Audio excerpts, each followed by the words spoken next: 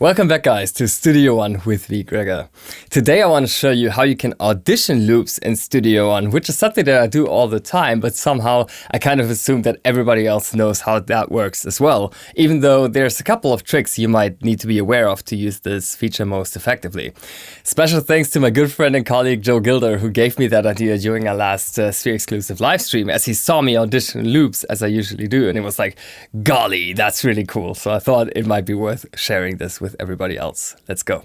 And for today's example, I brought one of my very own song productions. This is Purgatory, and this is a song that I'm gonna feature with a complete walkthrough on PreSonus Sphere. So if you're interested, definitely consider becoming a member, and you're gonna find that in our Learn section.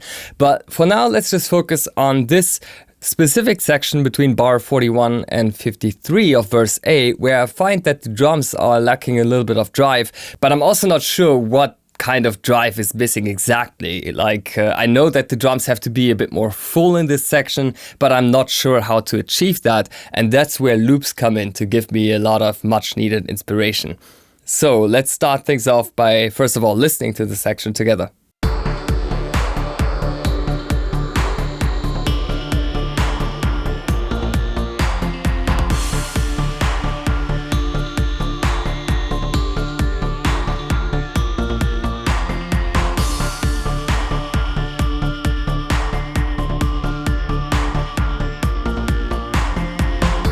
Right, that's already kind of cool, atmospheric, but also a little bit stale because not a lot of progression is happening except this little flanging verse synth coming in after a while.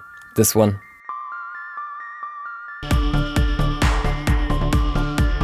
Other than that, there's not much happening in these 12 bars. So what I like to do in these situations where I've kind of established that I'm missing some percussion, and I'm missing a little bit of drive overall, that's when I like to open up Studio One's loop browser by just clicking here on the browser icon and then heading over to the loops. This is where you find all of the sound set content in Studio One, but you can of course also integrate your own samples. You would do that through the files browser, and I want to show you that in just a moment. So for now, maybe let's just focus on the hip hop drums live sound set that I have available here, and take a look at what happens when I select one of these audio loops. First of all, I can double click it to audition. But we can hear this is not actually a song tempo, right? If I play this together now by hitting play in the arrangement and then hitting play here or double clicking, it doesn't match up at all.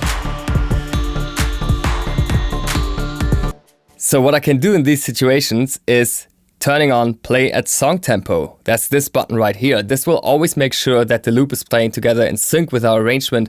And I like to also engage the loop option because this makes toggling between different loops here very, very easy. So let's see what this looks like in action. As I said, I enabled play at song tempo. So now when I double click these loops, they used to be 92 BPM.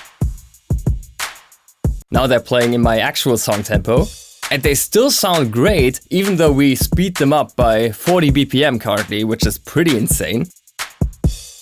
And now with loop active, it's just very easy to toggle through different variations of the loop on the fly. Now what's really cool is that we can hit play in our arrangement and then just double click these, and they're going to play in sync with everything else because play at song tempo is active. And now I can just look for that exact variation I need to increase the amount of drive of my drums. Really like this one. You also have a volume control here. And this will also determine the volume at which this is inserted onto a new track. If I then drag and drop that into my session. Now, when you do so, you want to make sure that you have the following option active in the song setup. So go to Song Setup, General, and here you find the tick box Stretch Audio Files to Song Tempo. You also find this one when you create a new song, like so. And this will make sure that all newly generated audio tracks are automatically set to time stretch so that the play at song tempo option is directly imported into your new track. Otherwise, if that's not active, it would always insert at the original loop tempo, which might not be the actual song tempo. Okay, and of course you can just use that as a starting point if you want. You don't have to use the loop as is. You could also work with fun little tricks like audio reverse audio right here. And then just use like tiny slices of it. It's very easy to make these kind of loops your own. Another technique might be to right-click Event and then go to Split at Grid. This is one of my favorites. And then take advantage of the envelopes here that you have available at the end of every event. And then just use that to gate your loop a little bit. Then you could hit Command and B on a Mac or Control and B on Windows to create an entirely new loop. So even though you're using like a finished drum loop in the sense, it's really just a starting point, and it only takes a couple of clicks to make that truly individually your own.